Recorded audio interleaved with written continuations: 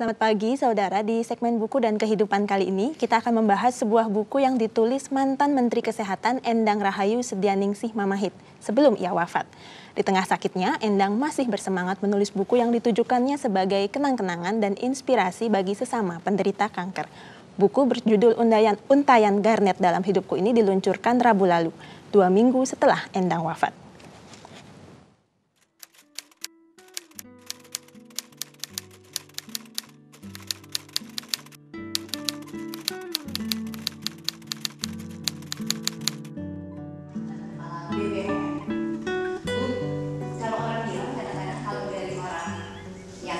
Itulah sepenggal tulisan yang mengawali buku berjudul Untayan Garnet Dalam Hidupku.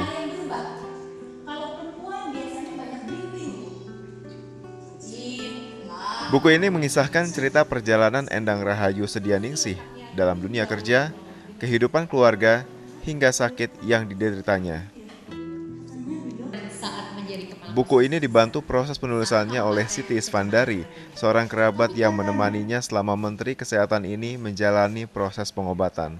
Tiap hari di sela-sela, kan Bu Endang juga seperti di bukunya ada regimen terapi ya. Jadi kalau kosong, ayo nulis. Terus habis terapi biasanya tidur kan, ya udah saya nungguin. Terus kalau udah bangun kita nulis lagi gitu. Ya. Sikap bersahaja, peduli akan sesama penderita kanker, serta rendah hati ditunjukkan dalam setiap babnya. Suami almarhum mengenang Endang sebagai sosok yang menarik, inspiratif, dan tegar dalam menjalani hidup. Kalau untuk sebagai istri, memang dia merupakan seorang istri yang sangat tegar. Kenapa saya bilang tegar? Karena dia selalu berpikir secara rasional. Dan waktu itu sudah tergambar dari mulai kita pertama kali pacaran ataupun mau nikah, dia udah bilang, mau nikahnya kamu sama siapa? Sama istri apa sama koki? Koki itu artinya harus bisa masak. Atau sama yang lainnya, bersih-bersih rumah, pembantu katanya. Terus saya bilang, ya saya mau menikah dengan seorang istri. Oleh karena itu ya, kamu akan mendapatkan seorang istri. Artinya apa? Kita harus equal. Jadi sistem kita equal. Buku berisi curhatan hati seorang ibu dan pasien penderita kanker ini ditulis Endang sebelum ia berpulang pada 2 Mei lalu. Ia meniatkan buku ini bisa menjadi inspirasi bagi para pembacanya, terutama sesama penderita kanker di Indonesia. Andre Sinaga, Alfi Apriandi, Kompas TV.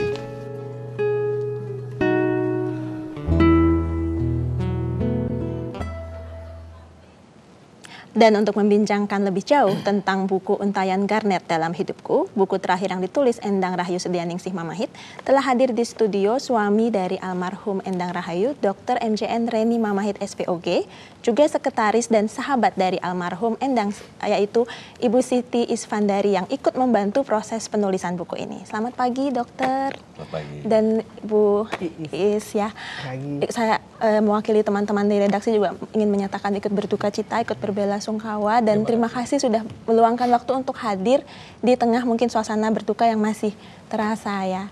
Nah, pertama-tama mungkin ke Bu Iis dulu. Bisa diceritakan bagaimana awalnya proses penulisan buku ini dimulai, meskipun pada saat itu Ibu sudah menurun ya kondisi kesehatannya. Oh ya, sebetulnya itu ide itu sudah ada kira-kira mungkin seminggu atau 2 minggu sebelumnya udah ngajak. Yes, nanti bantu saya ya nulis. Iya, Bu Endang silahkan panggil saya aja kapan aja kalau perlu aku bilang gitu. Ya terus masih belum ada panggilan, terus pas hari ya kira-kira pas hari keempat pas di RSCM, terus ya itu kapan bisa mulai nulis, terserah Bu Endang aku bilang gitu. Ya udah kan besok Jumat pas Paskah kalau nggak salah ya apa gitu, Paskah ya. Itu ya udah kita mulai nulis.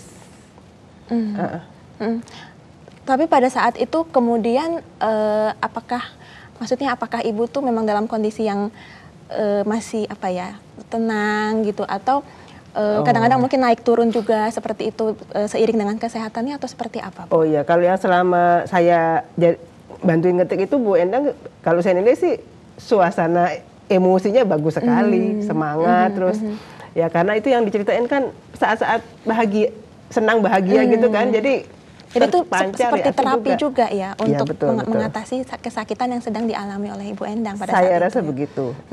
Dan saudara, Anda juga bisa dapat bergabung bersama kami Oh, iya. di nomor telepon 021 536 577 atau 021 536 53355. Dan bagi penelpon yang ingin bergabung juga kami menyediakan 2 buah buku dari Untayan Kandidat Dalam Hidupku dari penerbit KPG untuk 2 penelpon terbaik. Jadi Anda bisa bergabung di sini bersama kami, bisa mengajukan pertanyaan atau komentar dan sebagainya. Nah, kemudian Dr. Reni, istri Anda sangat mencintai kegiatan menulis ya. Di buku ini juga disebutkan bahwa menulis itu adalah sukma bagi Bu Endang. Nah, bisa diceritakan bagaimana kecintaan beliau menulis semasa hidupnya? Ya, terima kasih Mbak Phoebe. Ya, untuk Ibu Endang ini atau istri saya ini, pada setiap kesempatan apapun dia selalu akan menuliskan apa yang dia lihat atau apa yang dia rasakan.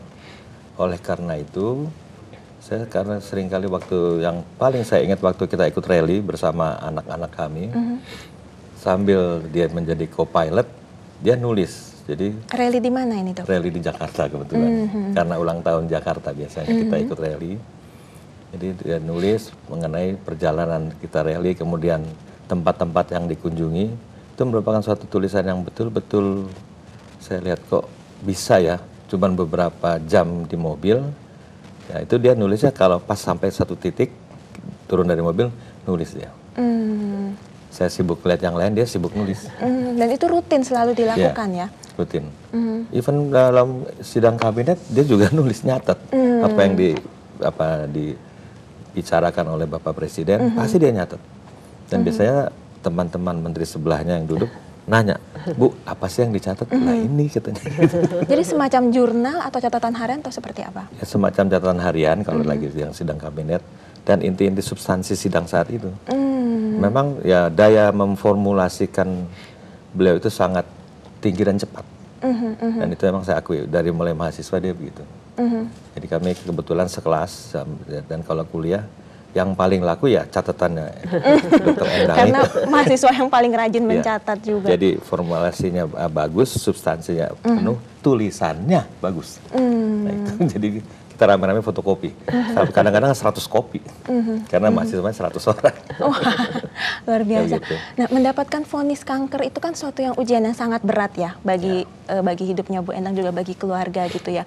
Nah, tapi kemudian Bu Endang alih-alih bertanya kenapa saya malah justru ya kenapa tidak gitu. Menganggap itu sebagai suatu ujian dan anugerah. Nah, bagaimana sih sosok Bu Endang bisa sekuat itu gitu, Pak? Ya. Sebenarnya dalam hidup ini dia selalu berprinsip bahwa kita tuh hidup sudah ada yang mengatur. Skenario hidup itu tidak bisa manusia yang menentukan, tetapi Allah Subhanahu wa Ta'ala yang selalu menentukan bagaimana sampai di mana, dan itu semua manusia pasti tidak tahu. Oleh karena itu, menurut dia ya berbuatlah sebaik yang bisa dilakukan selama hidup. Baik itu pekerjaan, ibadah, bergaul, nah, itu merupakan suatu prinsip hidup beliau. Dan ini saya lihat diterapkan betul-betul sesuai dengan apa yang dipikirkannya. Jadi betul-betul berserah gitu ya? Dia pasrah. Lah soal penyakit seperti kita ketahui bersama, memang tidak ada satu orang manusia pun di dunia ini yang bisa meramalkan dia akan sakit apa nantinya. Iya. Oleh karenanya buat apa kita susah-susah mikirin penyakit? Beliau bilang ya sudah, jalani saja hidup. Nanti tinggal dilihat Anda dapat yang mana, porsi Anda penyakitnya apa. Gitu. Jadi kita jadi lebih tenang sebetulnya kalau kita berpasrah begitu ya. Ya mungkin karena saya muslim juga, memang saya mualaf, tetapi saya berasa itu memang suatu hal yang memang kita harus pegang selama hidup ini. Jadi jangan kenapa saya harus sakit kanker, kenapa nggak orang lain? Yang nggak boleh begitu, karena sudah ada garisnya.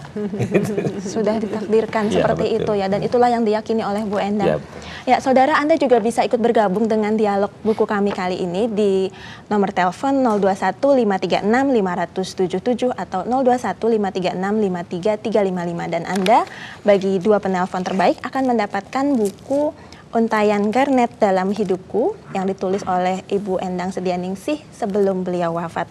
Nah, Bu Is, Anda kan juga kanker survivor ya, penyintas kanker, dan berbagi pengalaman itu dengan Bu Endang ya.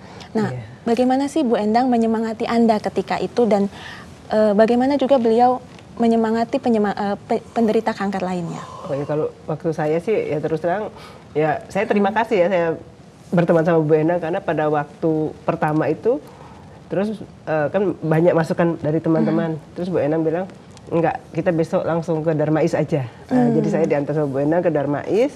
Habis itu ya udah karena Bu Endang tahu mungkin ya aku udah mendapat di tangan orang yang tepat. Jadi ya Bu Endang memantau saja dan suka ngirim buku-buku gitu kan. Terus pada saat saya udah agak lumayan, ya terus Bu Endang kalau pengen ke kantor, nanti saya kirim mobil gitu. Jadi ya 2 hari sekali saya ke kantor dikirim Bu Endang.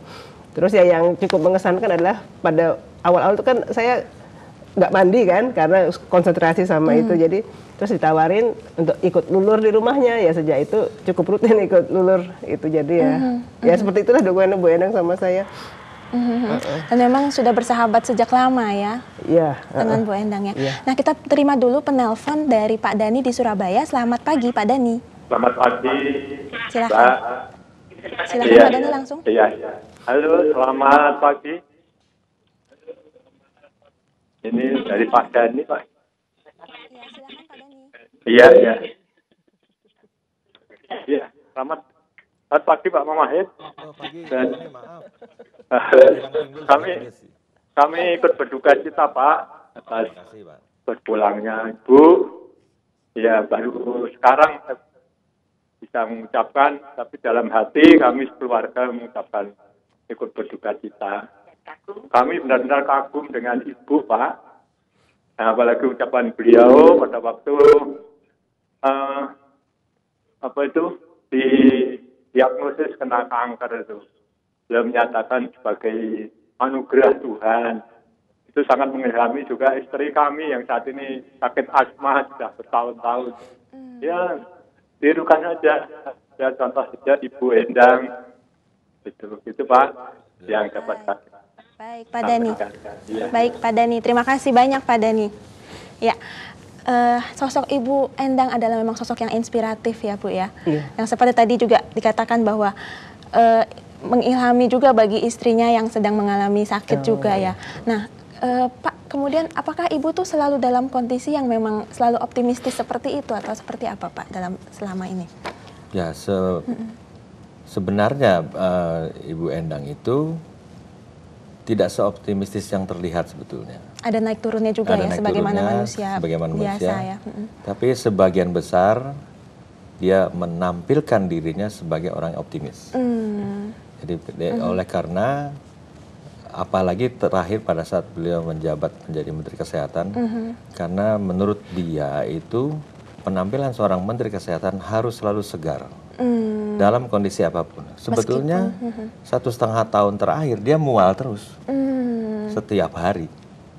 Jadi perjuangannya begitu ini ya, untuk tetap menampilkan sosok yang segar, yang sehat, yang tegar, seperti itu ya. Dan memang kalau selama ini, dia selalu, caranya dia bilang begini, lihat ke cermin, terus bilang, saya bisa hari ini untuk menjalani kehidupan saya dengan sebaik-baiknya. Dengan demikian dia memacu sendiri adrenalinnya, ya ini zat yang di dalam manusia pasti ada, untuk mengatasi semua persoalan di dalam tubuhnya. Sehingga yang keluar itu yang bagus. Gitu. Luar biasa ya perjuangan dari hari ke hari selama 1,5 tahun terakhir itu. Dan saudara, kita masih akan melanjutkan perbincangan menarik tentang buku Bu Endang ini. Tapi kita lanjutkan setelah jeda berikut ini. Tetap bersama kami di Kompas Pagi.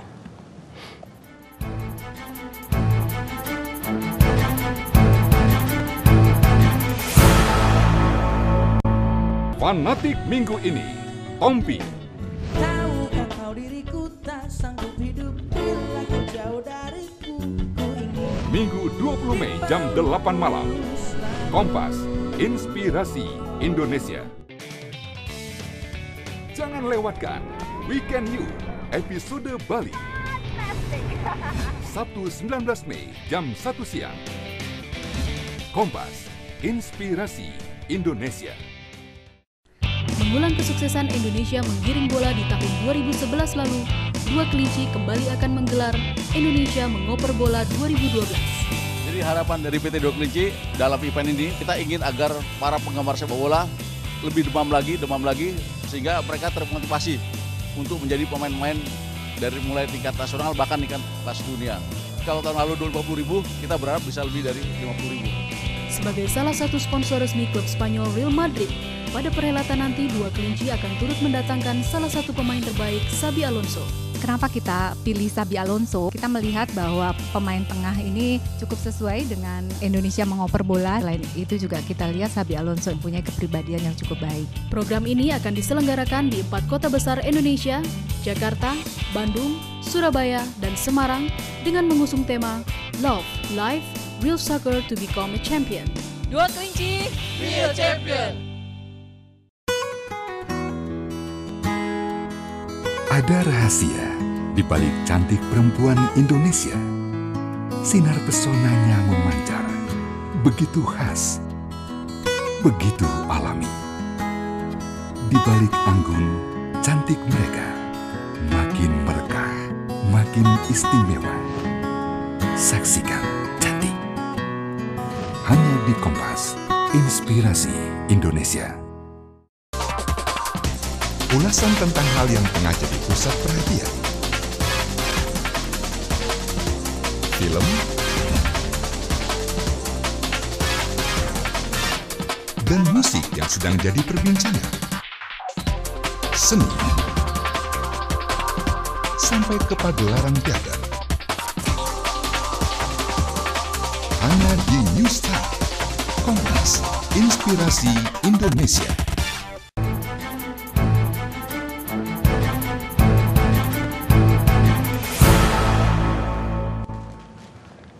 Anda masih di Kompas Pagi di segmen Buku dan Kehidupan membincangkan buku Untayan Garnet dalam Hidupku. Karya Ibu Endang Sedianingsih, mantan Menkes yang baru 2 minggu lalu meninggalkan kita. Nah, Bu Iis. Bu Iis, ini saya sebagai pembaca ya, membaca bahwa bisa tulisan Bu Endang ini melambangkan kepekaan dan egaliter, sikap egaliter seorang tokoh gitu ya buat saya. Nah, apakah memang seperti apa sih sikapnya sehari-hari dalam memimpin Departemen Kesehatan? Ya, memang kalau karakternya Bu Endang memang seperti itu, semua orang tuh sama gitu, dan ya itu sangat humanis, dan ya kalau saya nilai sih ya suportif pada sesama ya itu. Iya. Nah, kita ada penelpon juga dari Bali, Pak Made Sudarsana. Selamat pagi, Pak Made. Selamat pagi. Silahkan, Pak Made. Ya, saya kagum dengan prinsip daripada Ibu Menteri itu. Gitu. Saya sebenarnya kan orang pengangguran, namun terlihat yang saya kagumi itu kepasrahan beliau. Ya. Seolah-olah beliau itu istilahnya kalau orang Bali bilang setengah dewa. Ya, berprinsip yang pasrah, melakukan sesuatu dengan pengabdian. Berarti keikhlasannya itu yang saya kagumi. Di samping beliau juga itu sempat membagi perasaannya pada yang lain untuk ketabahan yang beliau hadapi. Saya salut itu, meskipun beliau itu istilahnya dalam keadaan yang sakit begitu parah, masih mampu memberikan artinya pendapat-pendapat yang istilahnya spiritual, yang mengacu kepada kedamaian orang-orang yang menderita. Sebenarnya yang seperti tadi diungkapkan bahwa takdir, ya, sakit itu harus diterima. Bukan sakitnya yang harus kita hindari, tetapi kita bagaimana bisa mensiasati supaya penyakit itu tidak menjadi beban bagi kita. Penyakit itu justru kita terima dengan sekian. Terima kasih. Baik, Pak Made Sudarsana, terima kasih banyak untuk ini ya ungkapan simpatinya ya kepada sosok Bu Endang. Bagaimana sih sebetulnya, mungkin tadi juga disebutkan bahwa ketabahan Bu Endang sehari-hari. Nah, sebagaimana sosok beliau sebagai sahabat dan atasan gitu, dengan setelah mengalami sakit selama 1,5 tahun tapi seperti tadi tetap tabah gitu ya. Nah, bagaimana beliau memperlakukan orang-orang di sekitarnya juga, meskipun orang sekitarnya tahu bahwa beliau itu sedang sakit gitu? Ya kalau Bu Endang sih biasanya profesional orangnya ya, jadinya selalu mendengarkan, itu yang pasti. Dan ya kalau yang kesan saya sama Bu Endang itu ya suportifnya itu, dan ya sama orang lain tuh ya bisa dibilang ramah dan kepada siapa saja ya. Iya, itu. Nah, Dokter Reni, Bu Endang itu kan sangat mencintai ilmu ya, senang sekali belajar, kemudian juga senang meneliti gitu. Nah, salah satu buku yang pernah Bu Endang tulis itu adalah Perempuan-Perempuan Keramat Tunggak. Ini hasil disertasi Bu Endang ketika di sekolah di Harvard ya Pak ya. Nah, bagaimana sih kecintaan beliau kepada ilmu tuh sebenarnya seperti apa gitu, kecintaan meneliti, bisa diceritakan Pak? Ya kalau kita menyebutkan kecintaan beliau terhadap ilmu, memang ya ini saya sebenarnya tidak bisa berkata banyak, karena kalau saya berbicara untuk ilmu menurut pandangan beliau, siaran ini nggak cukup waktunya. Oleh karenanya untuk substansinya saja, bahwa beliau tuh sangat menghargai ilmu. Ilmu apa saja yang penting kalau ditekuni dengan baik itu akan banyak manfaatnya daripada mudaratnya. Jadi beliau tuh tidak memilih-milih, misalnya ada ketemu orang sarjana apa saja. Dan itu menurut beliau seyogianya orang yang mempunyai gelar kesarjanaan apapun harus dapat bersikap profesional dan dapat menggunakan ilmunya untuk kepentingan masyarakat. Oleh karenanya kita tuh di rumah juga mempunyai beberapa anak asuh, dan itu termasuk yang sekarang ada 3, itu kita sekolahkan. Jadi semua harus disekolahkan. Termasuk itu prioritas penting sekali prioritas bagi penting. Bu Endang. Karena dengan orang yang terdidik menurut beliau, maka akan makin banyak masyarakat akan tertolong oleh orang-orang yang terdidik ini. Jadi prinsip beliau itu seperti itu. Dan tidak mungkin kita bisa berkiprah dengan baik manakala pendidikan kita kurang. Jadi menurut beliau, ya semua harus bisa dididik apapun ilmunya. Dan pasti setiap ilmu yang kita tekuni kalau memang betul, itu akan baik adanya, menurut beliau begitu. Nah, untuk mengejar cita-citanya itu kan beliau sempat sekolah di Amerika untuk jangka waktu yang cukup panjang ya, dan di buku ini saya sempat membaca bahwa banyak yang protes atau mengkritik gitu, kok seorang istri harusnya tinggal di rumah terus malah meninggalkan suaminya bertahun-tahun. Itu kritik juga datang kepada Dokter Reni juga. Nah, bagaimana Anda berdua mengatasi itu semua pada saat itu? Aduh, alhamdulillah ditanya, karena ini sebetulnya merupakan suatu, menurut saya, suatu yang sangat sakral buat kami berdua. Karena pada saat itu beliau memutuskan untuk melakukan pendidikan di luar negeri. Ya yang pertama, beliau tuh harus meninggalkan bayinya yang baru 8 bulan. 8 bulan ya, Rai ya, ya anak namanya Rai, anak kecil. yang terakhir. Nah itu bukan dari luar saja, kritikan dari teman sejawat, dari keluarga. Kok tega-teganya sih ninggalin bayi 8 bulan untuk sekolah ke luar negeri mengejar cita-cita pribadi. Saya bilang sama beliau, saya kan suamimu. Lah suami itu kan juga harus bisa memelihara anaknya juga. Gitu. Oleh karenanya saya bilang, ayo maju terus, pantang mundur, saya bilang. Terus, lagi pula waktu itu alhamdulillah kok kita dibantu sama mertua saya, alias ibunya, Ibu Endang. Jadi beliau juga mau tinggal sama kami di rumah.